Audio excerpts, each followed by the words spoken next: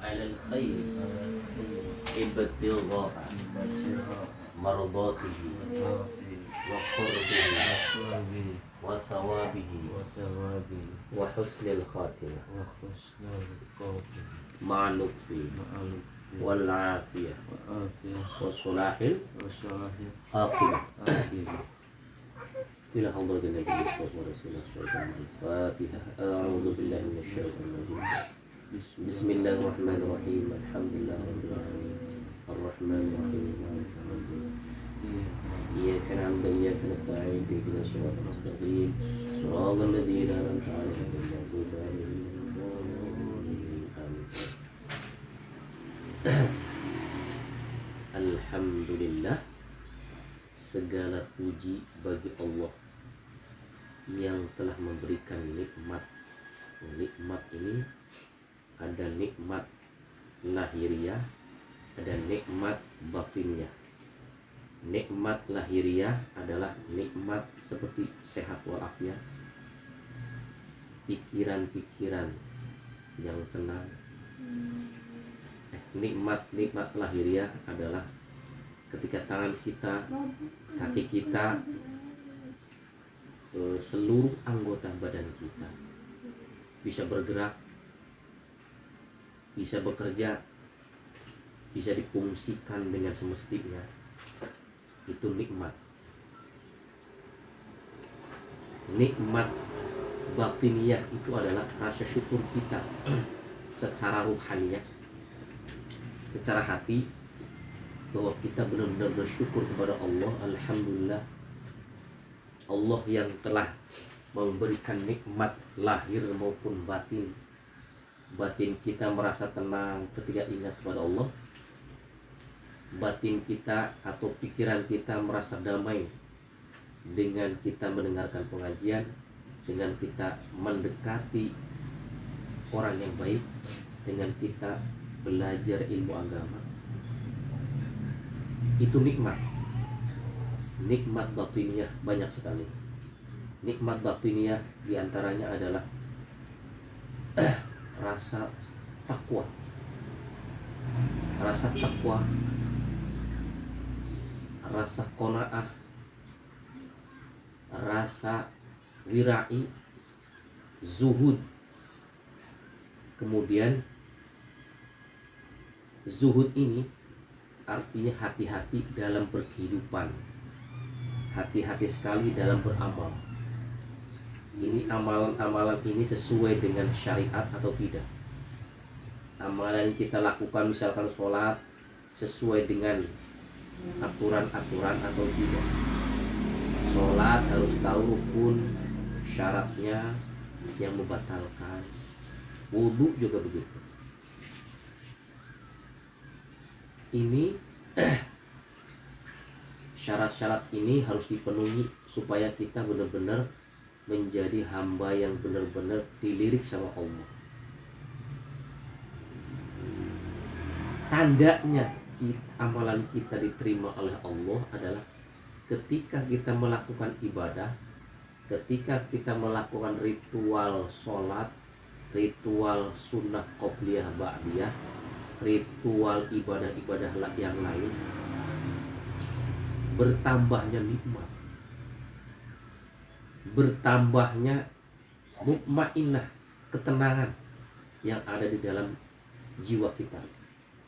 Jadi setelah kita melaksanakan sholat, kayaknya enak, nikmat gitu, kayak beban sebetulnya tidak ada. Setelah kita melakukan kajian-kajian, pengajian, menuntut ilmu, kayaknya enak, hatinya hampar gitu, hampang banget. Hatinya itu tenang, gembira.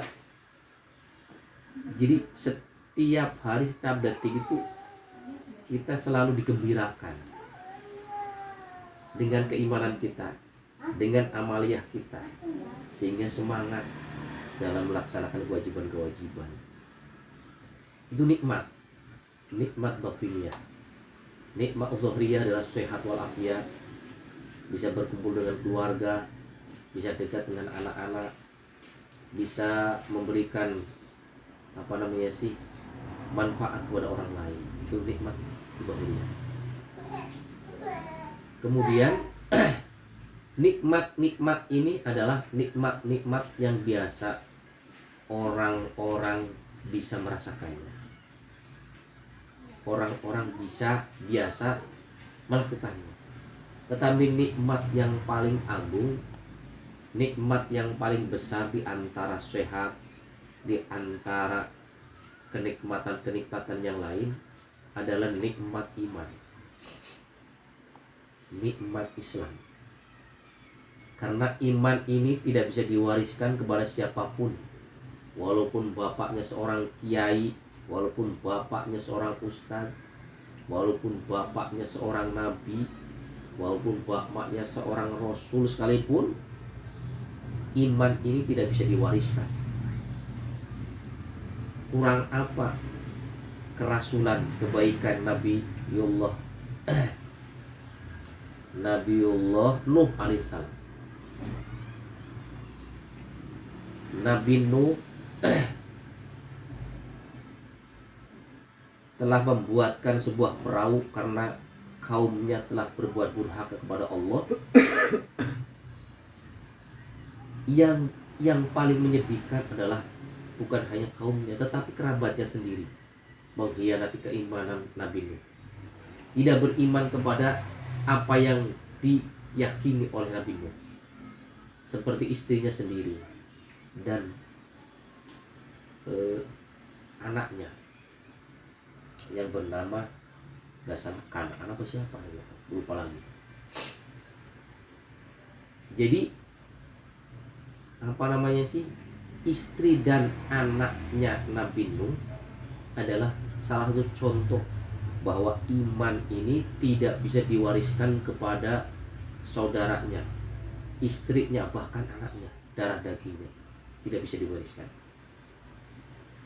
Makanya keimanan ini adalah, kalau zaman dulu, zaman para sahabat, zaman-zaman orang-orang yang dekat dengan Nabi, para sahabat ini,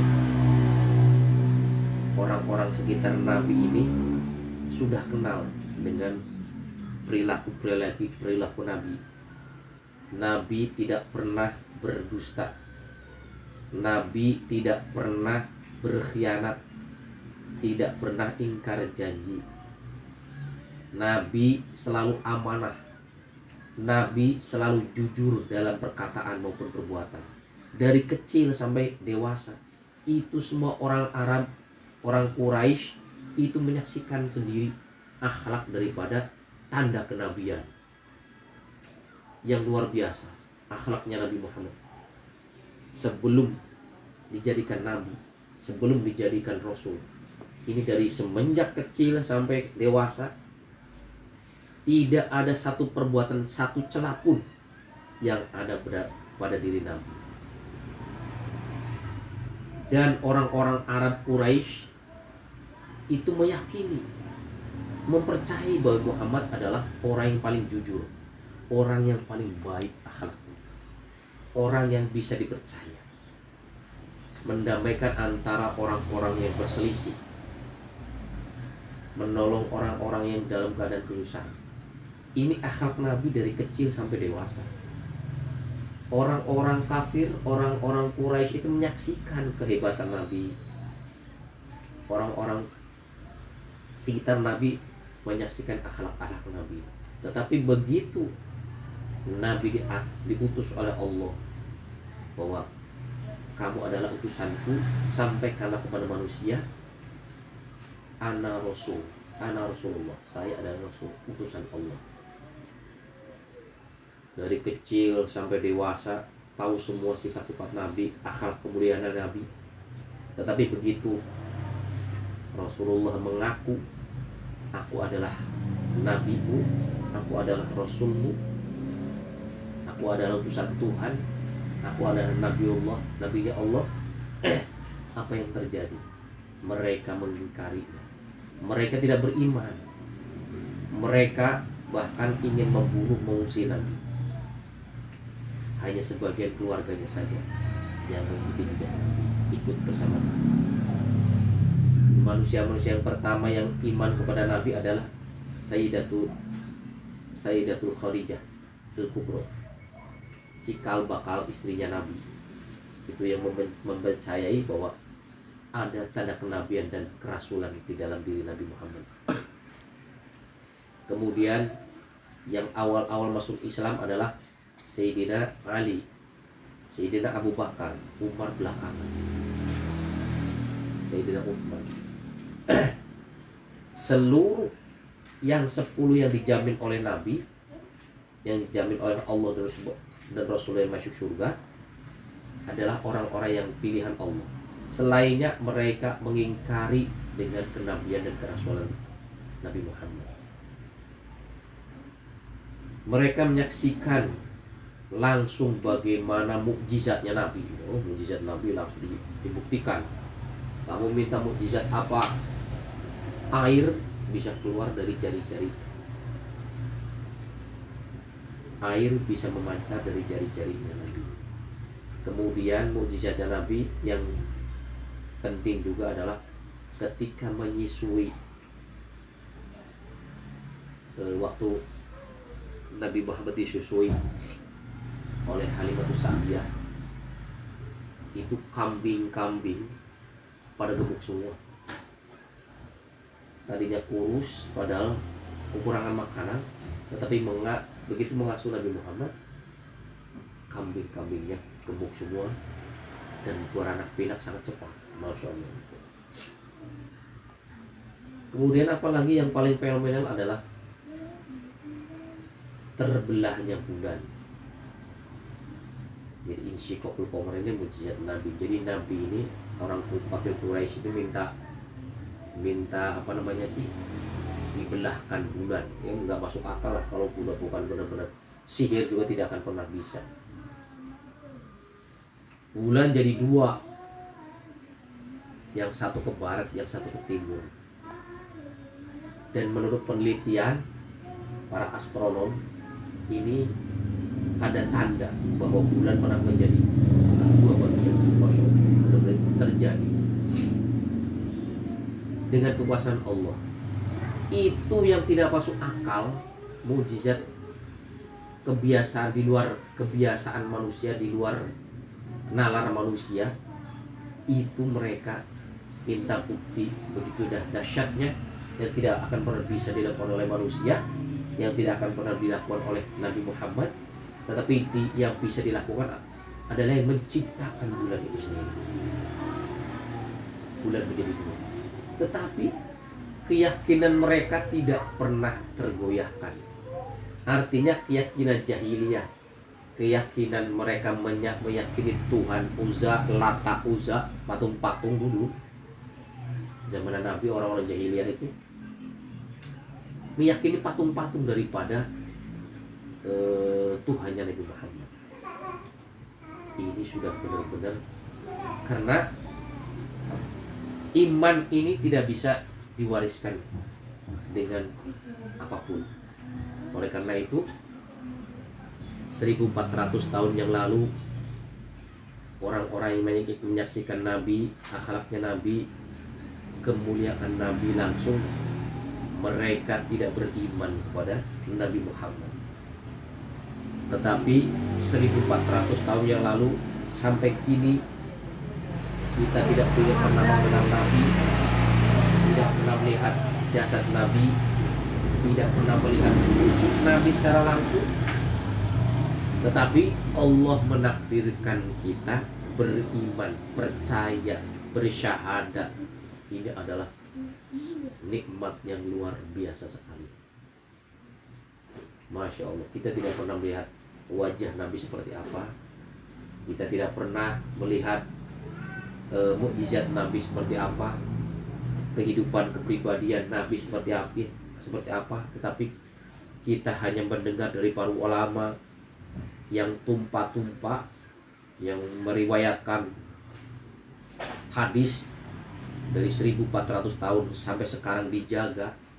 Kita beriman kepada Allah dan Rasulnya. Ini adalah nikmat yang sangat luar biasa sekali, yang harus kita jaga, yang harus kita rawat dengan sekuat tenaga. Dengan menjaganya dengan apa? Dengan amaliyah, supaya iman kita benar-benar kokoh, iman kita benar-benar tidak loyo, iman kita tidak benar-benar layu. Dengan apa? Dengan amalia. Caranya bagaimana? Ketika iman kita dalam keadaan gemuk, dalam keadaan sehat, maka semua apa yang dilakukan, ibadah kita, sholat kita adalah vitamin. Maka semangat kita beribadah, semangat kita melaksanakan sholat, semangat kita menjemput atau bertemu dengan Allah, itu yang ditunggu-tunggu. Kadang-kadang nyawa tenis bisa deui nyawa tenis isya maghrib deui nyawa tenis subuh deui. Ini keimanan yang perlu ditanyakan. Keimanan seseorang adalah ketika seseorang ini semangat bertemu dengan Allah dari bertemu dengan yang lainnya. Makanya ketika kita sholat, kita akan menghadap Sang Khalik. Kita akan menghadap yang menciptakan kita, yang maha agung, yang maha sempurna. Kalaupun kita tidak melihat, Allah melihat kita. Kita harus merasa bahwa Allah itu dekat, tidak jauh. Ketika mengucapkan Allahu Akbar, Allah Maha Besar, kita harus benar-benar khusyuk. Tidak boleh banyak gerak yang tidak yang bukan termasuk gerakan sholat. Kalau kita melaksanakan sholat harus benar-benar Allahu Akbar, diam, tidak boleh bergerak ini itu. Kenapa? Kita sedang menghadapi maharaja. Benar-benar harus merasa tunduk. Ketika Allahu Akbar, hati kita harus hadir bahwa Allah lah yang telah menciptakan diri kita. Kita tidak punya apa-apa. Kita hanya makhluk yang lemah, makhluk yang hina, makhluk yang banyak kekurangan. Sehingga kita menghadap Allah yang Maha Suci, kita benar-benar bahwa Allah telah memperhatikan kita. Begitu sedekap, begitu takbir Allahu Akbar, nyamuk pun tidak boleh kita tangkap atau biarin saja, biarkan saja. Kok sakitnya udah sakit, gatel-gatel kadang-kadang kalau iseng. Iya. Tapi kalau yang khusyuk, kalau dulu ada si guru saya itu kalau di kamar itu telanjang dada, kemudian pakai celana biasa, celana yang putih itu tuh biasa ya orang dulu itu pakai celana cingkrang gitu, telanjang dada. Dia begini, pintu dibuka dekat comberan. Orang kan heran, buat apa, untuk apa? Kayak orang gila. Begitu orang, santri tidak ada yang bisa berani nanya kecuali orang yang dekat. Wahai Syekh, ditanya sama orang yang dekat, wahai Syekh, kenapa Anda itu telanjang dada? Dan dia saja itu lama sampai menjelang subuh. Maksudnya apa? Apa jawabannya? Jawaban guru saya, iya Syekh, iya, aku biasa memberikan rezeki kepada anak istri, pada orang yang membutuhkan, tetapi kepada nyamuk saya belum memberikan rezeki. Makhluk Allah yang lain belum. saya membiarkan nyamuk menggigit atau menghisap darah saya. Saya ikut membagi rizki darah saya kepada nyamuk. Masya Allah, sampai gitu. Itu makhluk Allah. Jadi wali itu dia melakukan sesuatu yang mungkin di luar nalar manusia, di luar nalar orang yang tidak punya pikiran ke sana. Dia punya pikiran ke sana, dia lebih rahim, punya sifat empati kepada binatang. Bahkan ketika saking cintanya kewalian, saking dia adalah seorang wali, itu kalau lebaran haji itu kan boleh kambing. Kambing itu ada puluhan ekor. Itu puluhan ekor ini kayak ngobrol. Dia ngobrol sama puluhan ekor. Itu kambing itu gak usah dipegang. Kan kalau kita nyembelih kan dipegang, direcong lah gitu. Panggil sama guru saya. Sini. Langsung begini, kepalanya begini. Sembelih. Ya.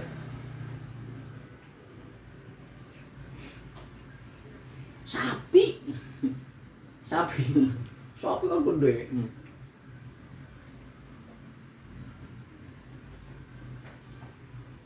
Iya.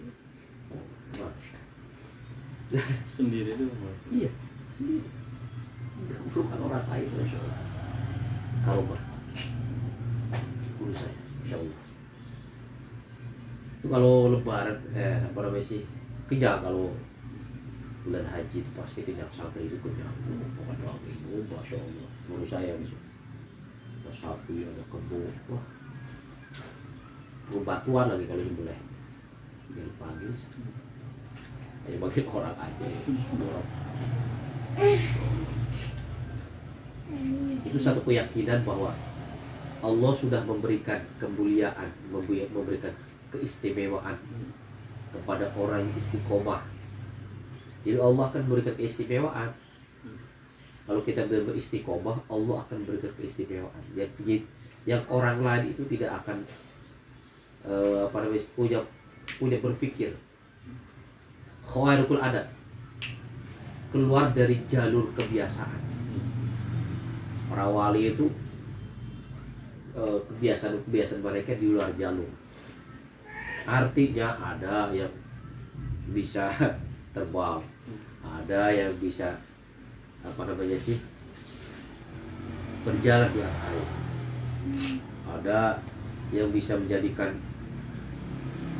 nasi menjadi emas, beras menjadi emas.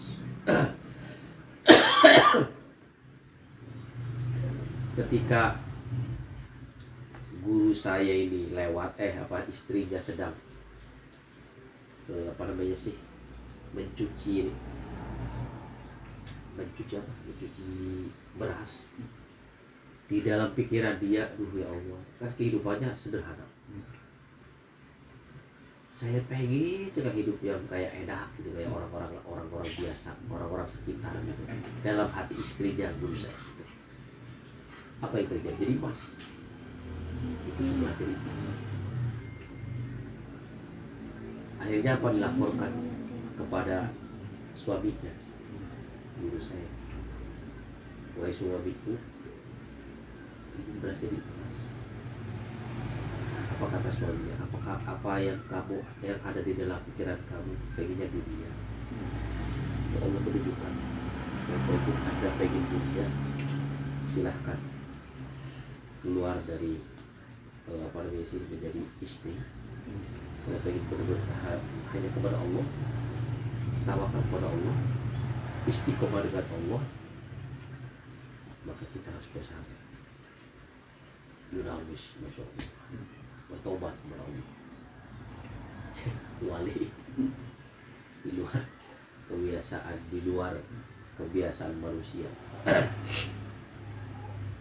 Bahkan ketika dulu itu sering mati lampu kalau di tempat pesantren saya gitu. Tetapi ketika lampunya mati semua, gelap, ada cahaya sangat terang. Buatnya lampu buatnya patrobak coba dulu ya. Kita tunggu aja. Ini adalah tanda kewalian. Di dalam Quran menyatakan inna awliya Allahi la khafun alaihim wa lahum yahzanun. Sungguhnya kekasih-kekasih Allah itu tidak ada rasa takut, tidak ada rasa khawatir. Jadi orang yang tanda-tanda kewalian manusia adalah mereka itu selalu tersenyum dalam segala kondisi, selalu gembira dalam semua lini kehidupan. Ini tandanya orang wali, seorang wali. Kalau kita karena dikasih sakit, waduh mengeluhnya, naudzubillah, kayak kayak nggak pernah sehat. Dikasih nggak kesengsaraan sedikit aja, aduh ngeluhnya kayak sengsara bertahun-tahun. Kewalian manusia adalah ketika benar-benar menerima dan istiqomah dengan amal-amal yang dipahaminya. Kemudian mereka benar-benar berhati-hati dan beribadah kepada Allah Subhanahu wa taala. Artinya berhati-hati di sini adalah bagaimana cara wudhunya, bagaimana cara sholatnya. Dan berhati-hati sebelum kita sholat harus berwudhu. Wudhunya itu harus benar-benar rukun dan syaratnya, harus benar-benar wudhunya itu harus dipersapi. Karena kita itu penuh dengan kotoran, baik kotoran najis, kotoran-kotoran yang pernah ya, tangan ini penuh dengan dosa, pernah menempeleng orang, pernah mendolimi orang, pernah menyakiti orang. Dibersihkan, istighfar, jadi sendiri sapi, kemudian berkumur. Mulut ini adalah penuh dengan kotoran, penuh dengan bisa, penuh dengan maksiat, menyakiti orang, ghibah, membicarakan kejelekan orang, fitnah. Ini dari mulut. Kemudian ke hidung, kita harus benar-benar merasa bahwa penciuman kita bukan kepada hal-hal yang haram. Kemudian apalagi membasuh muka. Membasuh muka ini adalah ada bagian-bagian yang sangat vital, yaitu mata. Ya. Mata kita anugerah Allah yang sangat luar biasa, bisa memandang secara jelas. Pandangan ini pandangan karena Allah atau karena maksiat. Pandangan karena Allah adalah pandangan ketika kita membaca Al-Quran, itu pandangan karena Allah. Pandangan maksiat ya kita melihat cewek yang cantik, melihat lawan jenis yang ia mengagumkan sehingga timbul syahwat, kemudian mata ini buat maksiat. Kita bersihkan. Kemudian apalagi siku, kuping ini, otak ya, otak ini, kepala kita itu penuh dengan diksi-diksi yang negatif kepada tetangga, kepada saudara, sama rekan kerja, sama siapapun. Kita bersihkan, insyaallah, dengan wudhu. Jadi anggota badan kita benar-benar, inilah hikmah daripada apa yang kita lakukan ketika sholat. Jadi benar-benar bersih. Karena apa? Karena kita itu mau menghadap Allah yang Maha Suci, Allah yang Maha Perkasa, Allah yang menciptakan kita. Jadi harus benar bersih, tangan bersih, kaki bersih, mata bersih, bahkan hati juga harus benar bersih dari hal-hal yang tidak jauh dari Allah. Apa hati yang jauh dari Allah?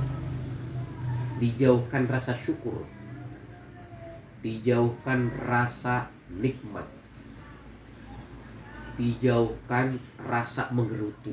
Nah, ini ciri-ciri orang yang dijaga hatinya sama Allah.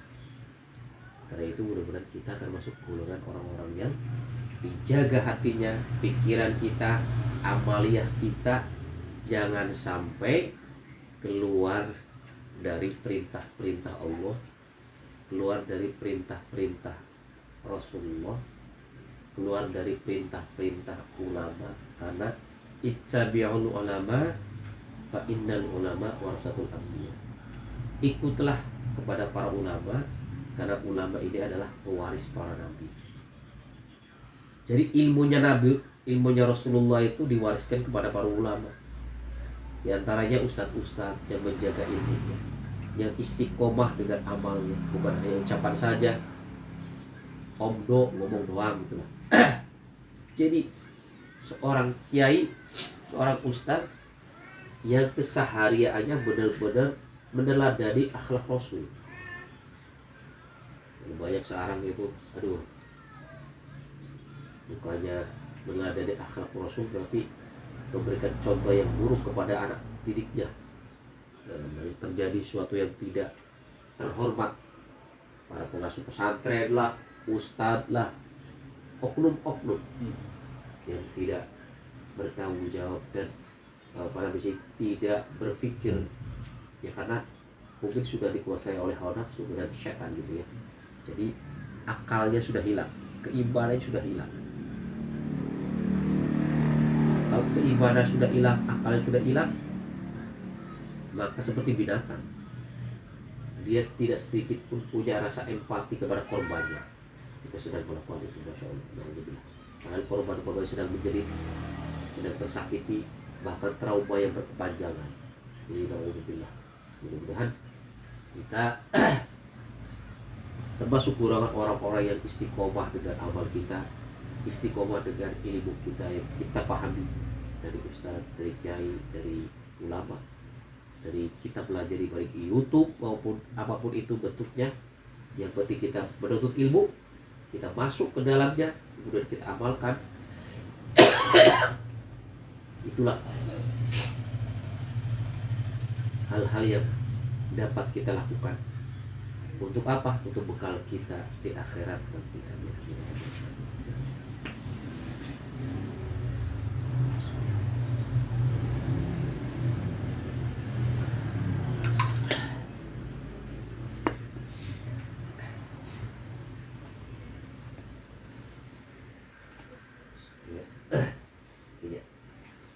Ini cekernya hilang. Ada ini terus satu. Kalau ini akhirnya dua, kalau depannya nggak bisa disambung. Jadi dua-duanya bisa disambung, depan bisa, belakang bisa, ini dua bisa. Kalau begini jadi dia tadi, ya, ininya jadi begini. Jadi cangkongan ini deh hilang, kayak soang gitu lah. Nah, ini disambung jadi gini, jadi kecil.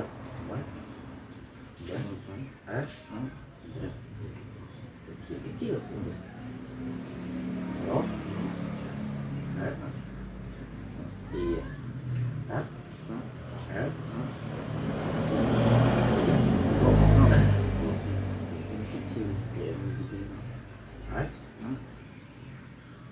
Jadi dua, ya. Rok sama ya. Rok.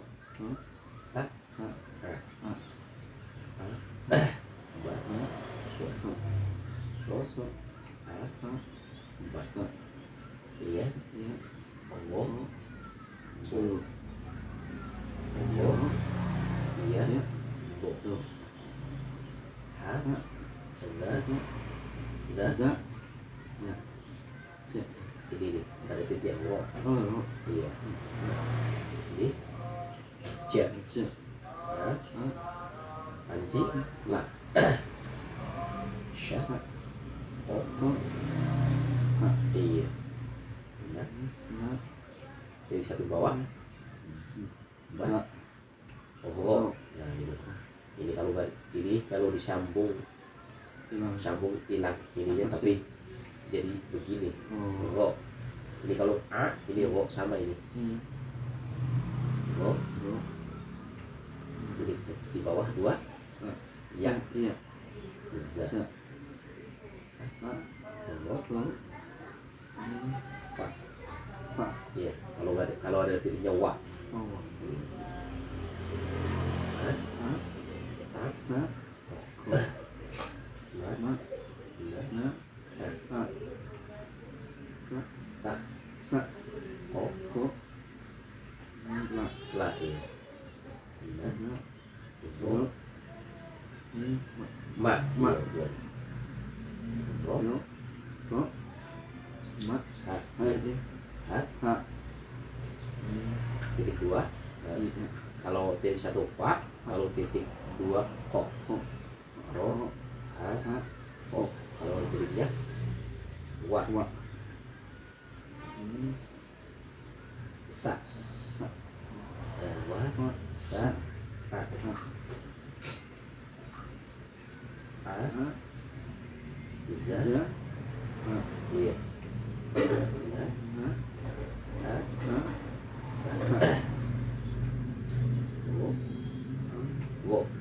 Oh, go. Ya, kalau ini kalau ada titiknya ha. Ha. Ini kalau titiknya wo. Oh. Wo. Go. Wa. Wa. Bo. Do. Ya. Ya. Wo. Go. Bo. Do. Ya. Ya. Wo.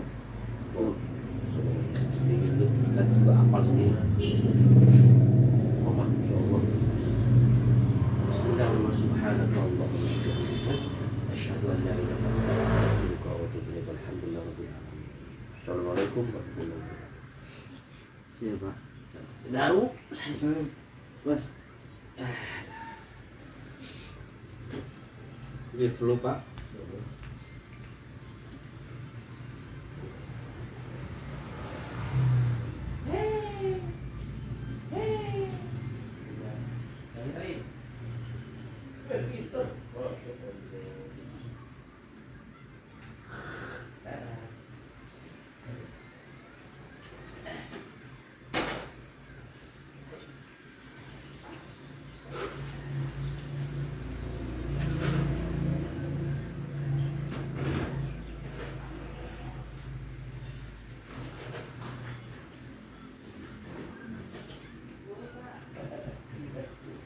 Nomor berapa? 3.868. Kalau gitu,